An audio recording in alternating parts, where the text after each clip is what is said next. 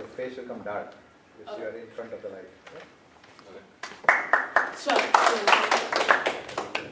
So next we will be having Adithya. Adithya is an 11-year-old who goes to McKelvey Intermediate School. He's in 5th grade and he has many hobbies.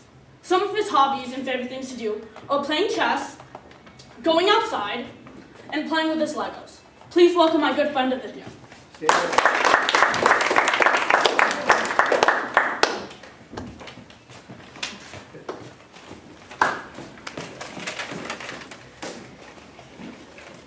Go further out.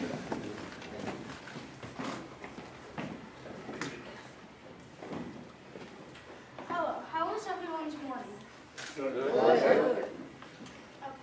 So today I'm going to be talking about communication. I'm going to be talking about 3 different subtopics. So first, I'm going to be talking about what is communication. Second, I'm going to be talking about the different types of communication. And finally, I'm going to be talking about where people use the art of communication. So everyone lives in a public society, and that means that you have to communicate to others. We think that others know what we are saying when we're talking to them, but that is not usually the case. They bring their own perception, attitude, thoughts, and emotions, and that distorts the actual meaning. It creates a barrier in delivering the right meaning. So I'm going to be talking about the different types of communication. Communication can be divided into 2 main things: nonverbal and verbal communication. Verbal communication is using your words. However, nonverbal communication is wordless. So first I'm going to be talking about verbal communication. Verbal communication is also further split up into oral and written communication. Oral communication uses spoken words. It includes face-to-face conversation, the telephone, the radio, and speeches such as this. So studies show that 50 to 80% of an adult's workday is spent by communicating, and 2/3 of that is spent by actually talking. That's a lot. So a question to the audience: how many words does the average person speak in a normal day? And who? Praveen ji, बताइए. Has to be thousands. 16,000? That is the right answer. What is listening to your speech? He always reads it. He's right. The average person speaks 16,000 words per day. So moving on to written communication. Written communication. When a married man speaks 16,000 words. He doesn't get the opportunity. It's too young to answer that. So written communication. Written communication uses written signs and symbols. So can anyone give me an example of written communication? Like, I love this communication system. Email. Texting? Yes. So how many of you text? Hand should be raised. Come on, it's the 20%. I know. Don't be shy.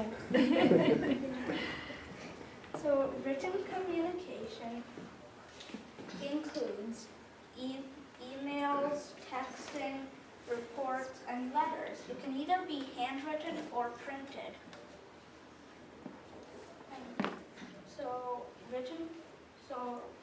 Did you know that 700 status updates are posted on Facebook every second? Wow. And because of that, Facebook has a new slogan: wasting people's lives since 2004. So moving on to texting. So as I said earlier, texting is the modern version of actually talking face to face. It now replaces it, and so Yeah, texting is very important in the 21st century. So it's not as effective as face-to-face interaction. One day, my dad was texting a sarcastic joke to his friend, and his friend didn't get it, and both were very confused. So now I'm going to be talking about nonverbal communication. Nonverbal communication is when we use just gestures and body language. Parashamko always highlights the fact that we have to use our body language. So sometimes the body language or nonverbal communication is stronger than the verbal communication, but sometimes it contradicts that, and that lowers the effectiveness of the actual message. Depending on the style and purpose, there is formal and informal communication. Formal communication is basically in business meetings, where a formal hi may be like, hello, how are you doing? But an informal hi would probably be like, hey, what's up? Formal communication is used day to day in a normal basis. So moving on to my third and final topic, where do people use the art of communication?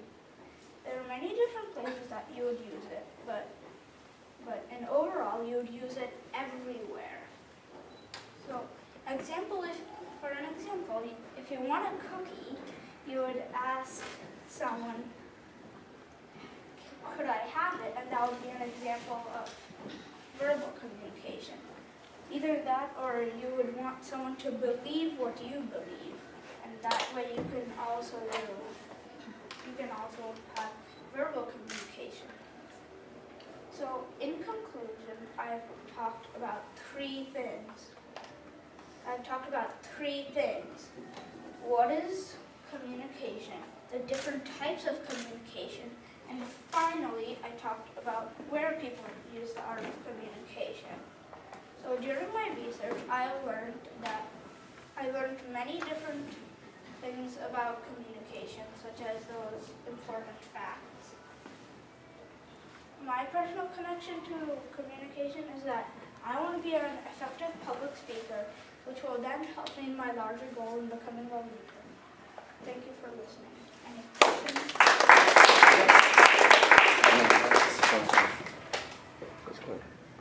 Pause.